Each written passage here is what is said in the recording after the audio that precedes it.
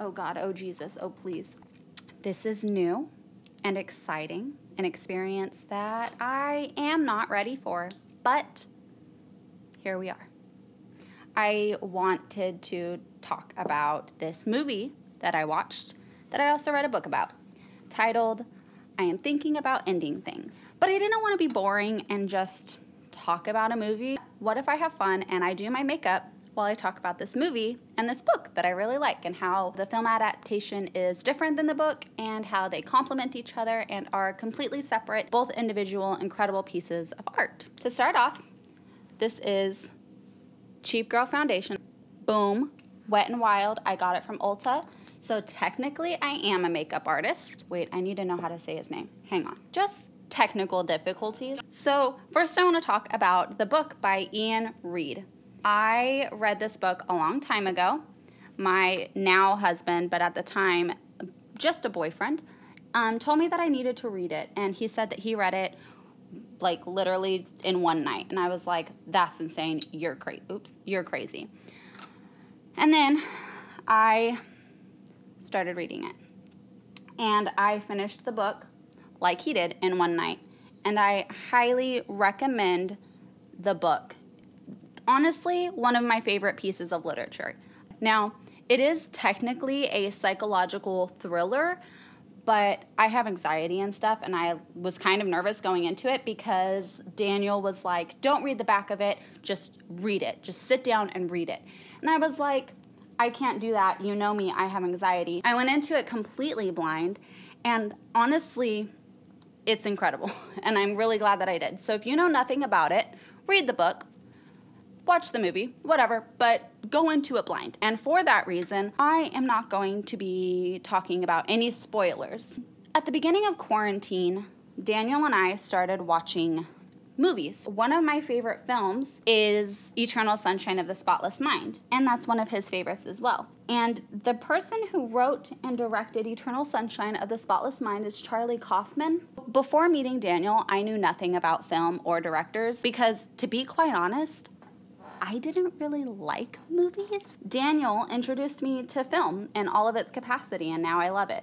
I love art, and film is art. We watched Synecdoche, New York. I really liked it. It's sad. Okay, I didn't really like it. It was thoroughly depressing. If you haven't seen it, I'm not going to talk too much about Synecdoche, New York, but as a work of art and the boundaries that it pushed, I really appreciated it. So that being said, after we watched Synecdoche, New York, I was doing a little Google search on who Charlie Kaufman was, and I found out that he was doing an adaptation of this book that both Daniel and I really liked, I'm Thinking of Ending Things. I was so excited because I was like, oh my gosh, Eternal Sunshine of the Spotless Mind, Synecdoche, New York, and probably other brilliant films, but I didn't know them. I only knew Charlie Kaufman based off these two, but I was really excited about it, and it was coming out in September. And we are still home.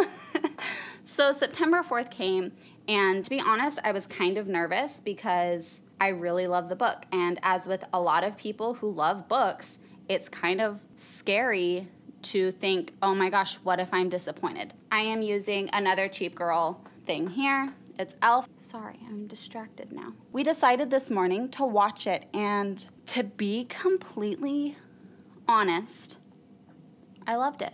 I thought it was really well done, but with movies that are being adapted from books, adapted, oftentimes doesn't go the way that the reader was expecting, because that is the brilliant thing about literature.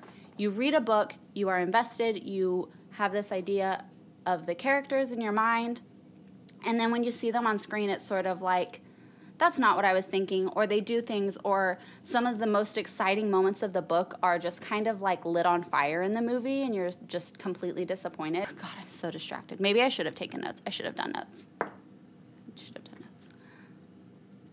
I want to be completely honest. If you have read the book, the film is not entirely.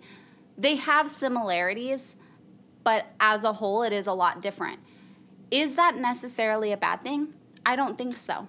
What Ian Reid gave us in the book is something that you can only get when reading literature. It's only something that you can really get when you are engulfed in words and imagery. There were several scenes from the book that I was sort of nervous about seeing adapted on screen. And even though it is Charlie Kaufman doing it and that's so exciting, I was still kind of nervous because I didn't want it to fall short. Instead of taking literally every part of the book, Charlie Kaufman makes it his own. And that's sort of the point, I think, when you adapt something, obviously, is to put your spin on it. But it's so well done. Oh, I forgot to do setting powder. Ugh. You know, there are some things and some imagery and some big moments that literature is really good at. You know what I mean? That you just cannot apply to film in a way that gives the book justice. At the same time, there is so much about this film that we wouldn't have had with literature. A lot of the visuals and the visual representation, the symbolism, and a lot of just the intricate details that Charlie Kaufman gave in this film, I think are why I find it such a success. If you decide that you want to watch the movie or read the book, but specifically about the film, pay attention to everything. Every little detail is important, and I feel like that's pretty key with most of Kaufman's movies. I say only watching 2. Doing makeup and talking is hard. I thought this was going to be easier. I think that Kaufman took his creative brain and his artwork and just went to town with this adaptation, and it's really, truly brilliant. I wish that I hadn't read the book, because going into this film blind would have been so cool. If you've seen Mulholland Drive, not the same, but like the experience of seeing Mulholland Drive blind and not knowing absolutely anything about what was happening was so thrilling, and it's just an exciting experience. I am envious if you have seen the movie but didn't read the book, or if you plan on watching the movie without reading the book. I'm jealous a little bit that you get to have that experience. This is just my humble opinion. I know nothing about movies. Yeah, I also know nothing about makeup. Was she born with it? No. Boy, we getting sidetracked. I forgot to do this. Sharp cut into makeup again. I've got the Jaclyn Hill Volume 2 palette.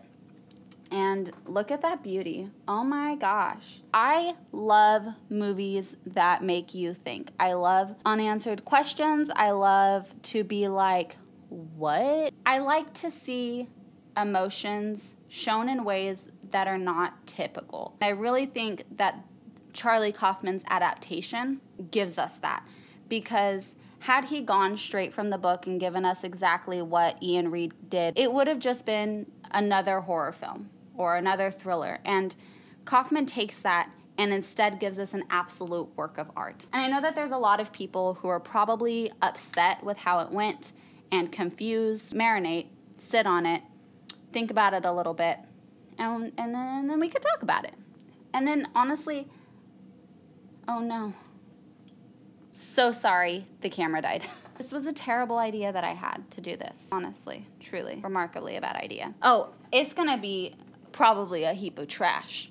I really do just want to say Toni Collette, the crazy mom from Hereditary, that she's super duper known for, but I haven't seen because I'm scared of scary movies, Mommy Hold Me. Performance in this film was probably my favorite. She's so good. Like, so good. I've only seen her in a handful of other things, including not Hereditary, because I'm scared of that one. This is like a notable performance for me. We've also got the guy who plays Lupin. He is so good. Okay, hang on. I was a Harry Potter nerd. Not so much anymore because we don't allow TERFs in this house. Anyways, I grew up with the Harry Potter franchise, and Lupin and Sirius Black are 2 of my favorite characters. That being said, the actor who played Lupin has a special place in my heart because he brought so many fond childhood memories for me. I've seen another one with him in it. It's kind of weird. What's that movie with him in it that we watched? Naked. Did we watch all of that movie? I've seen him in only 2 things, and it's Naked and the Harry Potter franchise. And I didn't like Naked because the R word.